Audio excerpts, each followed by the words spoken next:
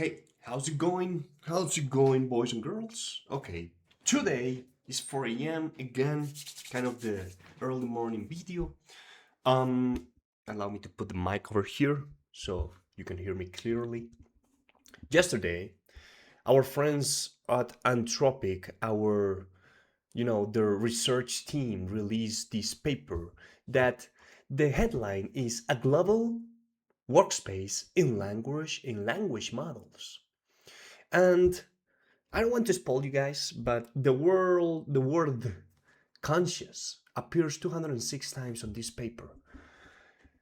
So you kind of get where we're going, right?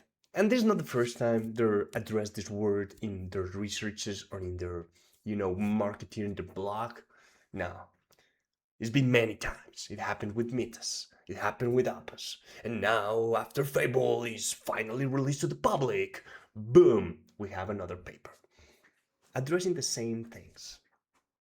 If something, this shows that Anthropic's marketing team is better than Anthropic's research team. That's what I believe, because what I see here, this is not research.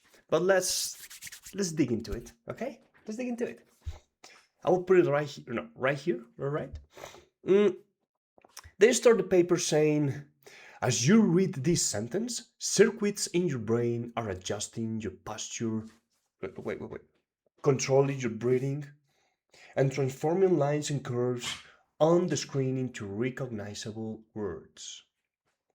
Okay, and philosophers and neuroscientists refers to the latter as in a type of brain activity called as the consciously accessible data or whatever. I'm not reading literally, okay? Mm, or the unconscious. No, sorry. To distinguish it from all other processing that goes on unconsciously. Okay. This activity has special properties. We can describe it, control it, and use it for deliberate reasoning, in contrast to all the automatic processing that goes on without our awareness. So basically, they're saying, hey, we have some unconscious thing we have no aware about, but we have some thought process we can adjust to kind of give answers, right? Kind of when you need to do like a sum or a multiplication, and you kind of drawing that in your mind, you roll your eyes up and you kind of doing the calculation, kind of that specific feeling. Okay, and then they say, in a new paper we present evidence that a similar distinction has emerged in model language models like Claude. Yeah, like our baby boy Claude. We find that Claude has developed a small collection of internal neural patterns that, compared to all its other internal processes, play a special role. And they call it this the J space. And they found it because they created something called the Jacobian's lens. And that is an observational tool for their. Oh, what the fuck is this? Um, and um, and yeah, and they say this is different than the chain of thought. So they say it literally is you have heard of language models having a scratch pad or chain of thought, the text they write to themselves while reasoning, aka they reprompt themselves. By the way, the J space is something different. It operates silently in the model's internal neural activation, allowing the model to think about a concept without writing it down. Notably, the JSpace wasn't designed or programmed by us, the aka Anthropic, but instead emerged, look at the word, emerged on its own during Claude training process. Okay, let's stop there and let's talk about what if you guys have been on the LLM space or AI space for a long time, you may have heard about the transformer technology in a paper called All You Need Is Attention, released by Google in 2017. And guess what? If you go to that paper, you will find a specific word, a specific two words that says the residual connections, right? And it's explained there. Basically, the transformer algorithm pick up words, stack them in certain depth to find correlation between those words and correctly predict the next token. So again, as they describe here later, if you say what animal have 8 legs, the correlation will be probably to several animals that have multiple legs, and then it will try to pick up words next to those, pick up those words, and then it will do a depth loop looking for which one have more weights. Um, then they call it the J space, all right? And then, like, oh boy, Anthropic is so good at doing these things. Like, okay, when I'm reading, I want to do a kind of a disclaimer. This is like the published blog thing. They have the actual paper out there. Um, Basically say the same thing. This is more readable, all right? So this is kind of the visualization, but I want to go down here. Down here after I read conscious like 100 times. Um, and let's go down here. What is Claude reports what is in the J-space. Our first set of experiments tested how the J-space is involved in Claude's verbal report. In one experiment, we asked Claude to silently think of an item for some category, a sport, let's say, and then name it. If we read the J lens right before Claude answers, we can see what it picked: soccer, right? It's at the top of the list. At the top of the list, again, it's a set of words, it's on the algorithm, right? And then the top word was soccer, no wonder why, right? It probably is the most repeated word related to the word sport in the entirely set of training data. Probably because, yes, soccer, aka football, right? Um, Sorry, it's football, okay? Um, it's probably the most famous sport in the world. It's played everywhere, all right? Um, um, it's at the top of the list, and sure enough, Claude says soccer by itself. Though this is just a correlation, the J space might be where Claude's answer comes from, or it might just mirror a decision made somewhere else, like a scoreboard that tracks a game without affecting it. Might be, might be, might be. I don't like this wording. This is not research. And this is the important part, guys. This is the important part. To check where intervene, to check, we intervened directly. We checked into Claude's neural. We reached into Claude neural network, removed the socket pattern, and added an equivalently strong rugby pattern in its place, leaving everything else untouched. Claude then reports that the sport it was thinking is rugby. No wonders, right? Um, Guys, I don't even want to continue reading because, again, this is called theory-driven bias. Um, it's basically when you are so desperate to find something, you will find something that fit your theory. It's out there. It happens to the best of the best of the researchers, um, because you're looking with an objective. That's the worst thing you can do as a researcher. You need to be like, I don't know, like the story of Isaac Newton. Like somebody asked him, hey, why the planets loop around the sun? And he don't say, it might be because of no. He said, I don't know.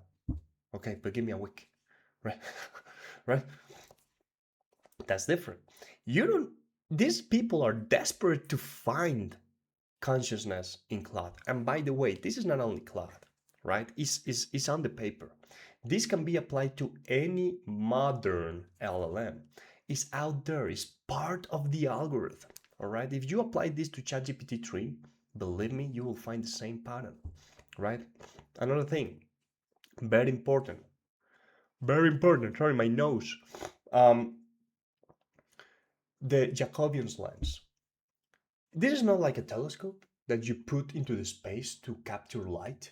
No, this is a specific tool that they just directed, right? Laser directed to specific sets of memory, right? While Claude was quote unquote thinking or reasoning to find what he is putting, or he, oh fuck, what it is putting in its memory. And then because of the way they address or act into the with the research, they came out with, oh man, this looks like the global workspace. That is another theory of consciousness is out there. And I'm gonna read it. All right. Then it's like yeah, it's bad techniques. It's a bad protocol for research. Mm, so let's begin by saying that the observation technique they use is not the best to identify these kind of things. It is not the best. They're biased, theory bias uh, research, a theory driven bias, sorry. Um, and then if you watch the graph that they have here, is you will see what I'm saying. I mean, if you have read about these theories or you have watched this algorithm, this is not something that will surprise you if you're trying to investigate why um, sometimes the output of an LLM is corrupted. No, but they found something and boom, they have to release a whole paper around it. Why? Because yes, Anthropic is marketing team, that's the best thing they have. I guarantee you. It's not the research team. It's not the programming team. It's the marketing team. Mm, Now, again, I'm not saying that this is not a good technology, but stop saying this is 206 times the conscious word appear in this paper. You cannot tell me that's not bias. Um, all right, and let's go to to the to the conclusions because this is the important part. Also very important part about the conclusions, all right. uh, because they say in this work we borrow a lot of ideas from the study of consciousness in neuroscience and philosophy. Yeah, they borrow a lot because they wanted to prove it. Many of our experiments were designed to test for connection between the J-space and the global workspace theory. Yes, that's what they were doing, right? A framework for explaining how consciousness access works in humans and animals. Given these connections, it's natural to ask whether we think these experiments provide evidence that AI models like Claude might be conscious. And then they go again and say, our experiments don't show Claude can have experiences or feel in the human world as we do. In fact, it's unclear whether any scientific experiment could prove this to be true or false, but philosophers often distinguish this capacity to have experiences often refers to the phenomenon of phenomenal consciousness from another idea, so-called access consciousness, which is defined in purely functional and computational terms. A thought is access conscious, blah, blah, blah, blah, blah, blah. So basically, yeah, they don't think Claude is conscious, but they have been. This thing is completely written in a way that is made for people to create headlines around. Oh, like Dario. We are not sure if our models have developed consciousness. Just if you don't know, just shut up. Like this paper, this is useless. There is nothing here.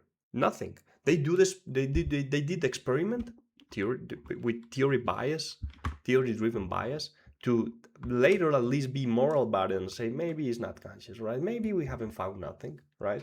Maybe we just found what is already there. Um, if you cannot explain the real thing, we cannot explain our consciousness. We have no freaking idea how our mind works. We have some theories about it, but I don't think we have even grasped the 1% of how we function, how we work, especially our minds. Maybe our bodies we do, but not our minds. We have no idea, especially consciousness. Dude, and these guys are trying to find consciousness in something that is lesser, that they don't have access, that is just an algorithm. Instead of we should be focusing here is like what I said yesterday, maybe yesterday is like, what are you going to do research to find the secrets of the universe, or are you going to spend all your time training a model to find the secrets of the universe? What is the most clever thing to do?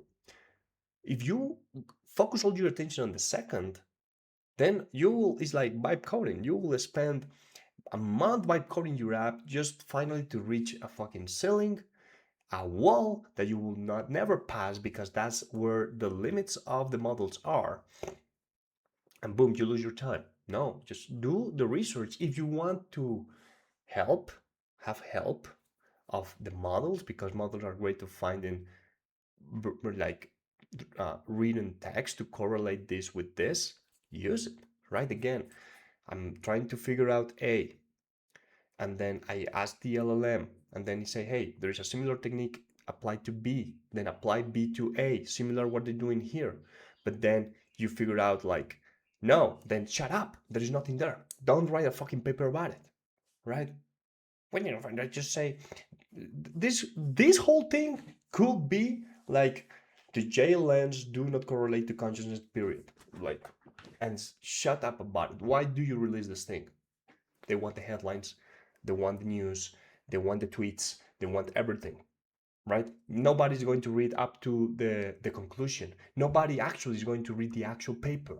No, they're going to tweet about it. Like, oh, wow, they found something that looked like consciousness. Oh, wow, wow.